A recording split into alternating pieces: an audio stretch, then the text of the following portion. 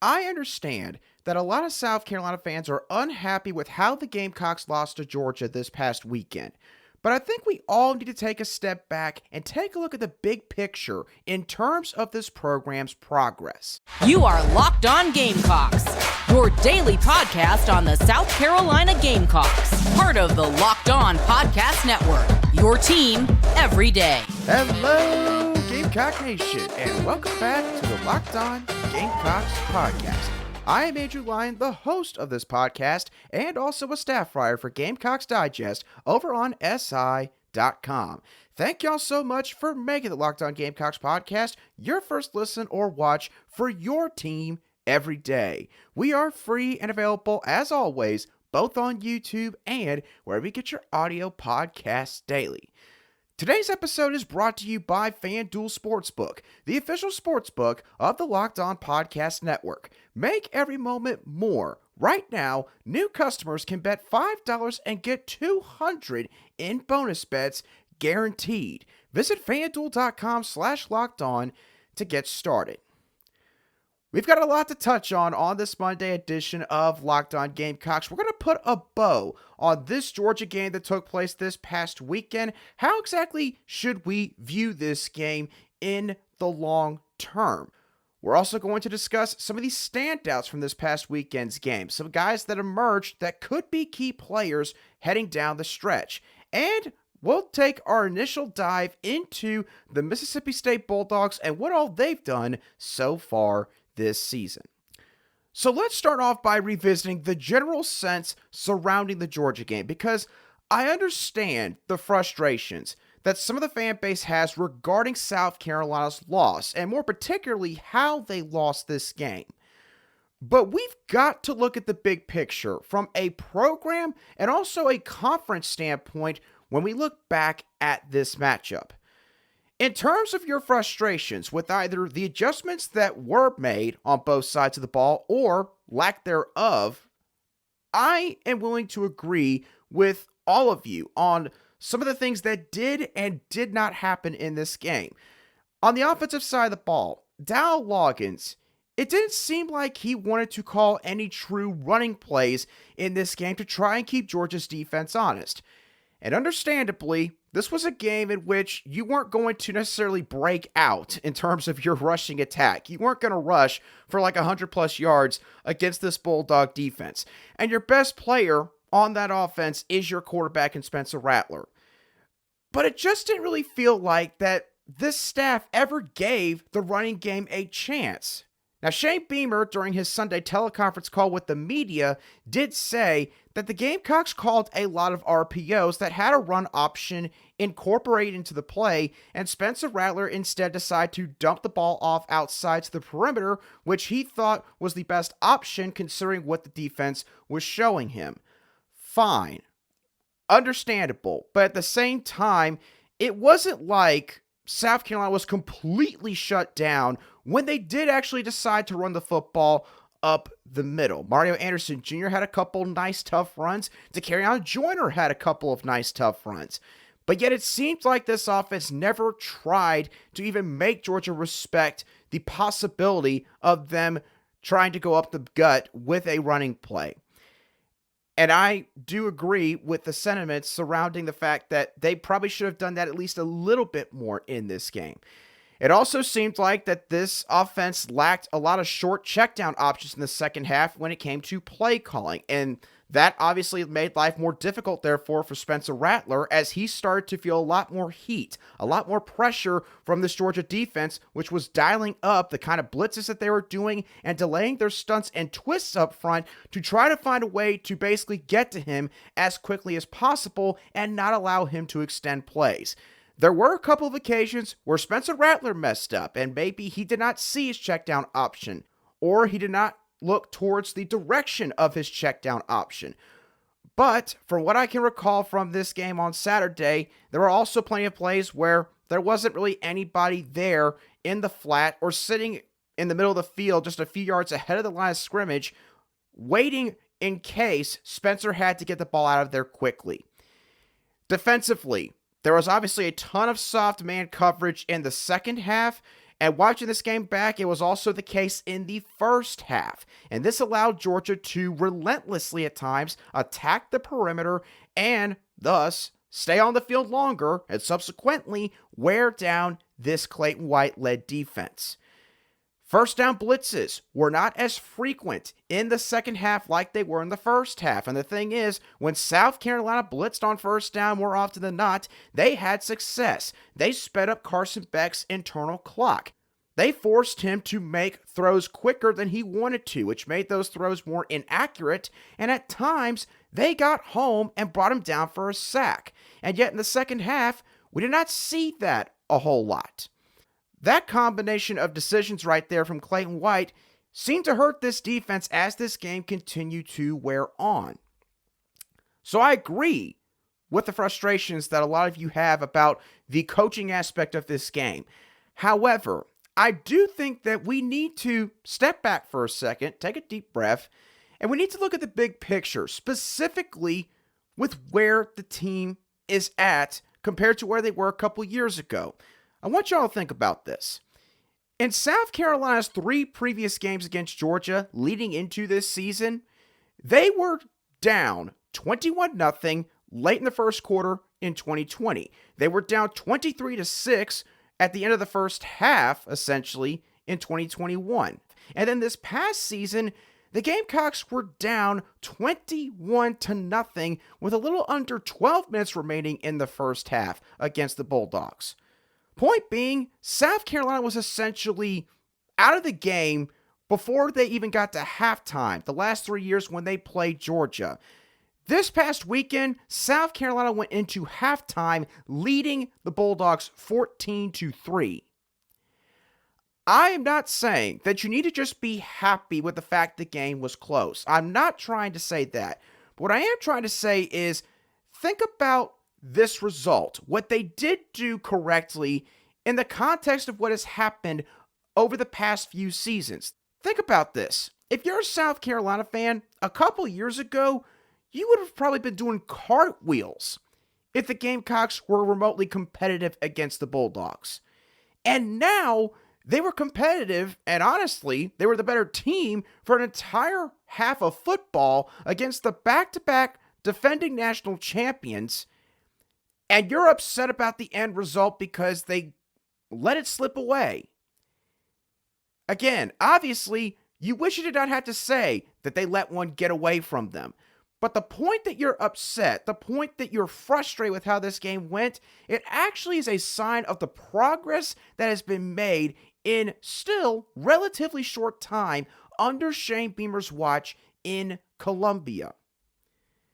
And also, as much as it was gut-wrenching to watch this game slip away from South Carolina's fingertips as the second half wore on, I can tell right now there's plenty of other SEC teams out there that would have loved to have that kind of showing this past Saturday.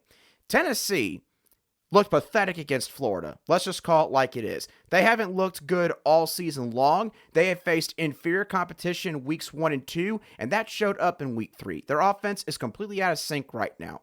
Kentucky, kind of a similar deal, except for they haven't even faced a team with a pulse yet, and they have narrowly escaped against Eastern Kentucky, did not look all that great against Ball State, and against Akron, it took them all the way up to the third quarter to finally get things going offensively. Texas A&M, they let Miami almost put a 50-piece on them in week 2. And Mississippi State, which I'll get to later on in the show, looked flat out pathetic against LSU at home this past Saturday.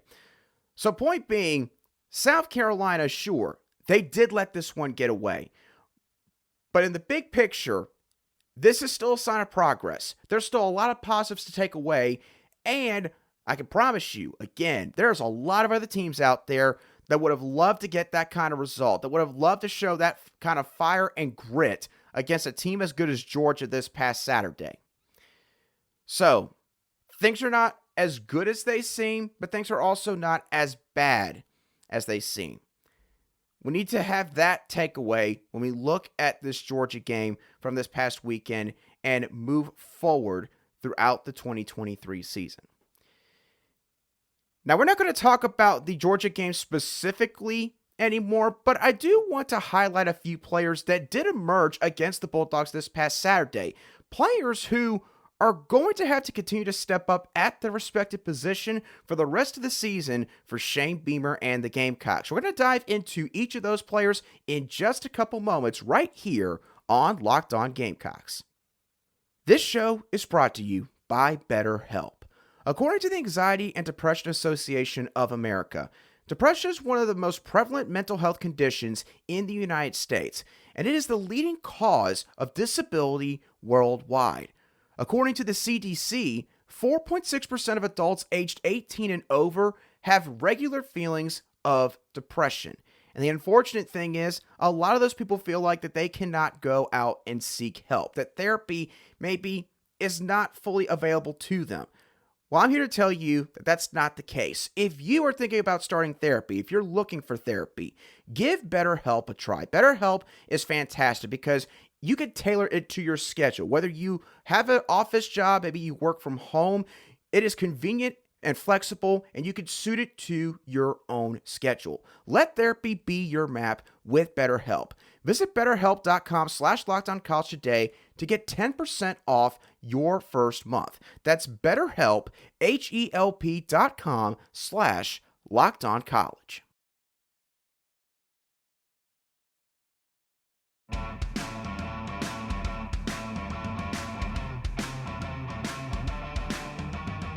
Welcome back to this Monday edition of the Locked On Gamecocks podcast, where we cover your team every single day. And as always, a big thank you to each and every one of you everydayers who make the Locked On Gamecocks podcast your daily choice for South Carolina Gamecock sports coverage. There were 3 players specifically that really stood out when the Gamecocks took on the Georgia Bulldogs this past weekend. Players that are going to have to make an impact for this team moving forward. Let's start off with wide receiver Omega Blake. Now, Omega Blake's performance is probably going to go a bit unnoticed by a lot of people coming out of this game, even some Carolina fans, because when Omega Blake made a lot of the plays that he made on Saturday, it took place in the second half, which obviously, as we've discussed now a couple of times, went in the Bulldogs' favor completely. South Carolina fell apart at the seams on both sides of the ball. And once the Gamecocks went down 24-14, it just sort of felt like that even though it was a 10-point game, the game was out of reach at that juncture. But Omega Blake, he really stepped up to the plate in this game, especially after Juice Wells went down with an injury, or maybe sort of re-aggravated the injury that he has been dealing with in his lower body after that first offensive possession of the game. Omega Blake caught 5 passes for 86 receiving yards. Coming into this football game, Omega Blake had 2 career catches for 7 career receiving yards. The past couple of weeks, especially the North Carolina game, Omega Blake, he had gotten his chances, and he hadn't really done a whole lot. In the first game, I think that I sort of alluded to the fact that Omega Blake was a guy that had to step up. Shane Beamer talked about this going into the season. He said, we have a solid group of starters at that wide receiver spot, guys that we know that we can consistently rely on, but we've got to find some more guys behind them that can step in, because obviously injuries are going to happen. And I think at that point, the staff knew that Juice Wells, whatever injury he was dealing with, it was not going to go away in the span of a week or two. This was going to be an injury that was going to linger for some time throughout this season. And so Omega Blake was one of the first names that got thrown out there, both by some of the players from the team saying that he was really doing well in camp, and then fans who, again, have been waiting for this kid to sort of take that next step. And this could very well be the game that helps Omega Blake take flight in this offense. We've seen it now happen a couple times with an Xavier Leggett back in the Gator Bowl. We saw it happen with maybe O'Donnell Fortune on the defensive side of the ball in the Gator Bowl as well. All it takes is one really solid outing sometimes for these guys to just sort of have the light come on for them, for their confidence to explode, because now they know, hey, I can make an impact for this football team. And I think that this could be that kind of moment for Omega Blake, because South Carolina, they're going to need him moving forward. Juice Wells, we don't know what his status is right now. We'll probably find out more from Shane Beamer during his Tuesday press conference. But Juice Wells could miss a lot of time throughout the rest of the season. And that means that somebody else has got to step in. And Omega Blake, I think, is going to have to be that guy. You've got an Xavier Legette. You've got a number one, basically. You've got that speedy slot receiver in Amarian Brown, who now has added some hesitation moves to his game. His ball carrier vision seems to have gotten better. So he's making a bigger impact in that slot position. But you got to have at least a third guy. And right now, Omega Blake, he's going to have to be that guy. Based on what he did against Georgia, I think he very well could be that guy. We'll see how he carries that performance over into the next couple of weeks. Another offensive player I want to talk about, offensive tackle Tree Babalade. Bravo to the true freshman. That was not an easy spot for him whatsoever. Tree Babalade, he made his first career start on the road in an SEC game against the defending back-to-back national champions in the Georgia Bulldogs. And he passed the test with flying colors. Now, Tree Babalade did have some mistakes. He did make some mistakes, I should say. He had one false start penalty. There was a couple times where he got beat when he was trying to run out to the perimeter for a screenplay. But in 53 pass blocking snaps, Tree Babalade had a pass blocking grade of 90, according to Pro Football Focus. That is an elite grade right there. That was the best grade on the entire football team across the entire offensive line, and he only allowed one pressure the entire football game. Folks, South Carolina has found their left tackle now. They have got their left tackle. And again, this does not mean that Tree Babalade is going to play great every single game. There's going to be growing pains. There's going to be some games where maybe he's got multiple penalties. And South Carolina's going to have to live with it. But you know something? I think that everybody would agree it's better than what we've seen so far this season. This staff desperately needs to find some answers on this offensive line. It really seems like they have now found one at left tackle. Now they can concentrate on a couple of other spots. More than likely that right tackle spot this week against Mississippi State. Point being, though, with the injuries that took place here, both during the offseason and then at the start of this season, and the lack of consistent production, this staff needed someone to step up. And sometimes it winds up being a true freshman who ends up stepping up to the plate for you. And Tree Babalade did that against Georgia. And by gosh, if he could do it against Georgia for his first career college start on the road nonetheless, there's no telling what Tree Babalade could do for this team moving forward. So a lot of excitement about that spot now, and there should be excitement because you throw him in along with all the other guys that South Carolina's going to have moving forward with this freshman group, and then the guys who are coming in this offseason, this offensive line, it could be flipped overnight, quite honestly. Sticking with the trenches, but let's flip it to the other side of the football. Defensive tackle TJ Sanders. The kid absolutely balled out against the Bulldogs on Saturday. 9 total tackles, 2 tackles for loss, and 1 sack. And here's the thing that was great about his performance. He actually caused disruption up front. I've said this a couple times now this season. South Carolina's defensive line has got to step up in terms of creating more disruption. The linebackers can only do so much. And you certainly do not want to put the onus of stopping the offense on the defensive backs. The defensive line, somebody needed to step up. And finally, we saw someone step up, and it wound up being TJ Sanders. Sanders, again, the challenge was daunting with this Georgia offensive line, with how big those guys are, with how athletic they are, and most of those guys are highly rated 4-star or 5-star prospects coming out of high school. So you're not facing any slouches. Every single one of those guys was probably the best player on their high school football team before they got to Georgia. Those are the kind of linemen that Georgia recruits. And TJ Sanders, he answered the bell. As the game went on, kind of like everybody else, TJ Sanders did get tired. He did get worn down, and it was a lot harder for him to make plays. But at least in that first half especially, man, TJ Sanders made some big-time stops. Big-time stops. South Carolina desperately needs a game wrecker on this defensive line. So far, Tucker Hemingway has not been that guy. We'll see if that can change over the next couple weeks, but I feel like if it's going to come from any area of this defensive line, it's got to be the interior. I don't think you're going to get it from the edge position this year. From what I've seen, I just don't think you're going to get it from that spot. But TJ Sanders and Tucker Hemingway, if both those guys can start clicking together and figure things out as a unit, that could be a dangerous interior D-line for every SEC team to face for the rest of this season.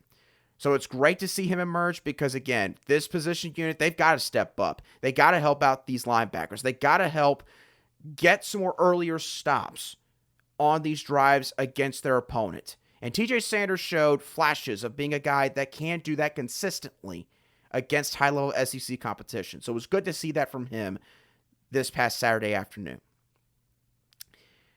Now, the Gamecocks faced the Bulldogs from the Eastern Division this past weekend, and now they'll set their sights on the Bulldogs from the Western Division, Mississippi State, that is.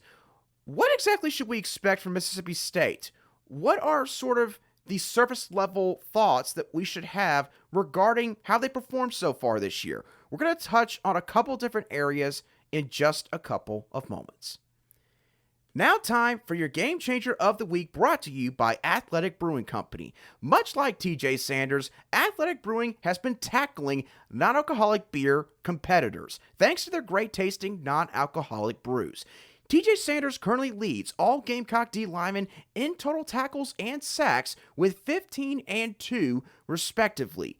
Athletic Brewing Company's brews are great tasting and award-winning and beat out full-strength beers in global competitions. And the best part is, when you have their non-alcoholic brews, you never have hangovers. You can find Athletic Brewing Company's non-alcoholic brews at a store near you or buy online at athleticbrewing.com. First-time customers can use code LOCKEDON to get 50% off your first online order. That's code LOCKEDON at checkout for 15% off at athleticbrewing.com. Near beer. Exclusions and conditions apply. Athletic Brewing Company. Fit for all times.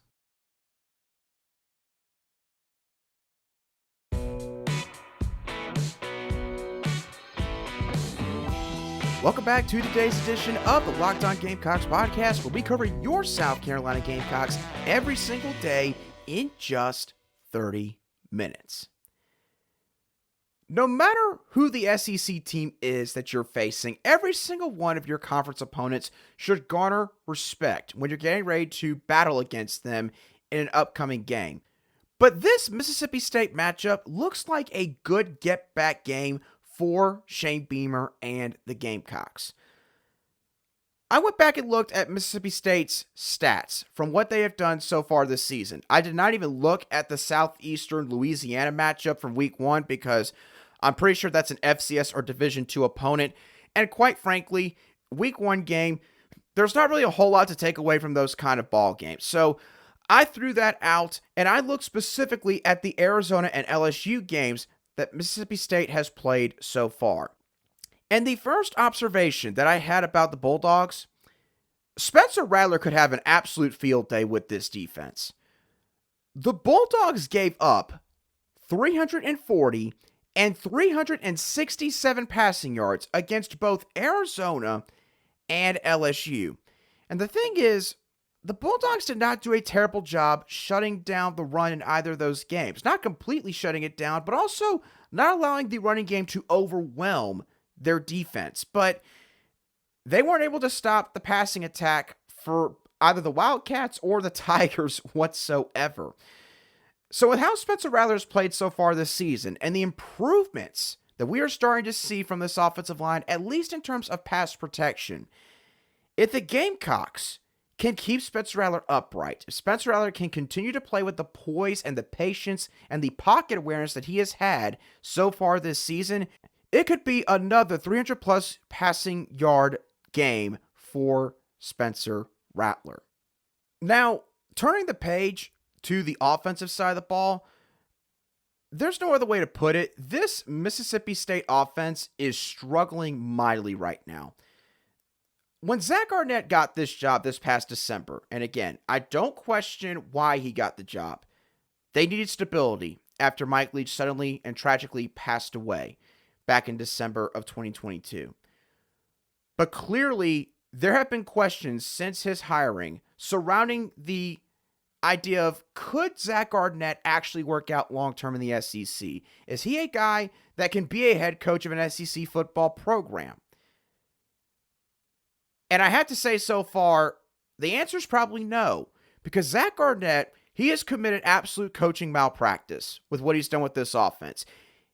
He has basically broken Will Rogers just 3 weeks into this season, because Zach Arnett, when he got this job, he said, I want to have an offense that really prioritizes the run game, that prides itself on the run game. And that's all well and good. A lot of people can understand why a head coach would want a strong ground attack on the offensive side of the ball. Here's the problem. When you're taking over a football team that's been running an air raid offense, and I mean like a traditional air raid offense where you're legitimately throwing the ball about 50 times a game, and you've got a quarterback that's used to that kind of system, there's ways to sort of change up the scheme without just completely overhauling everything and making life more difficult for your quarterback. And instead, Zach Arnett brought in a pro-style offensive coordinator in Kevin Barbay from Appalachian State, and this offense is right now going in reverse. Against Arizona, the Bulldogs offense converted only 3 of their 11 third down attempts, and they did not have more than 162 passing or rushing yards against the Wildcats. And quite frankly, the only reason that Mississippi State likely won that game against Arizona was because of the fact that they were +4 in turnover margin. And by the way, they had to go to overtime to beat the Wildcats. So that game should have given everybody red flags about this football team. And if that game didn't do it, then last weekend's game sure as heck did so against LSU. Because against LSU, the Bulldogs were even worse offensively. They compiled only 201 total yards of offense. I'm going to say that again, 201 total yards.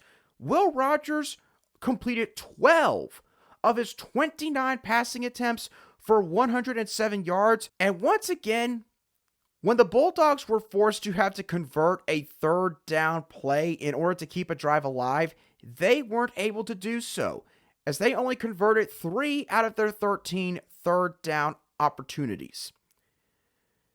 So this is a football team that right now doesn't seem to have a potent ground attack, doesn't seem to have a potent passing attack anymore, and has a very hard time extending drives. That's obviously a very bad recipe for the offensive side of the ball. Oh, and get this. Mississippi State, they've yet to play away from their home venue in Starkville. They've yet to play a road game. This is their first road game. This is Zach Arnett's first road game as a head coach of an SEC football program.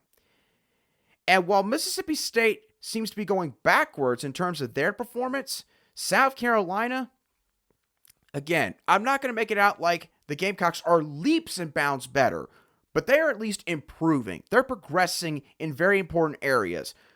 Mississippi State, as I mentioned earlier, it seems like right now they've got their car in reverse offensively, and the car is speeding up rapidly.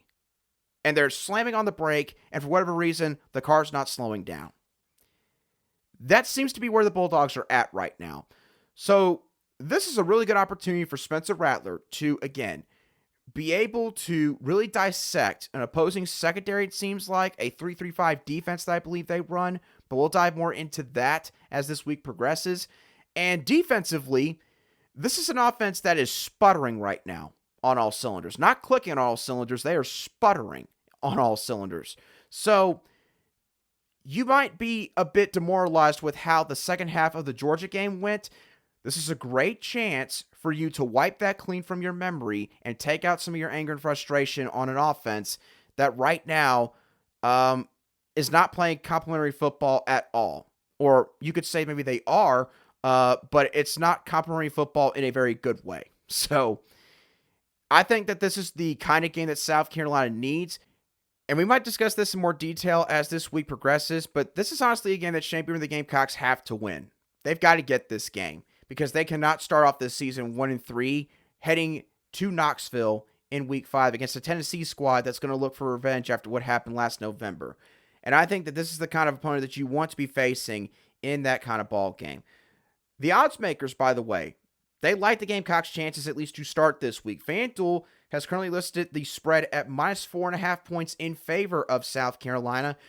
And the over-under for this game is listed at 51.5 points. So feel free to go check out those odds if you're interested in possibly putting any money down on the Gamecocks or maybe an over-under of 51.5. But with that being said, that's going to do it for today's edition of the Locked On Gamecocks podcast. I hope y'all thoroughly enjoyed today's show as always. What are your thoughts on the big picture regarding South Carolina's football team coming out of this game against the Georgia Bulldogs? What were your thoughts on the 3 guys that I mentioned as some of the top performers from this past weekend? Omega Blake, TJ Sanders, and Tree Babalade. And lastly, what are your initial thoughts on Mississippi State as a football team and what South Carolina could do this weekend? Let me know your thoughts down below in the comments section if you watched today's show on YouTube, or shoot me a direct message on Twitter at @ALion_SC if you listen to today's show on an audio podcast app. And once again, thank y'all so much for tuning in. Have a great rest of your Monday and a fantastic start to the work week as always. And I will catch y'all on the next show on the Locked On Gamecocks podcast.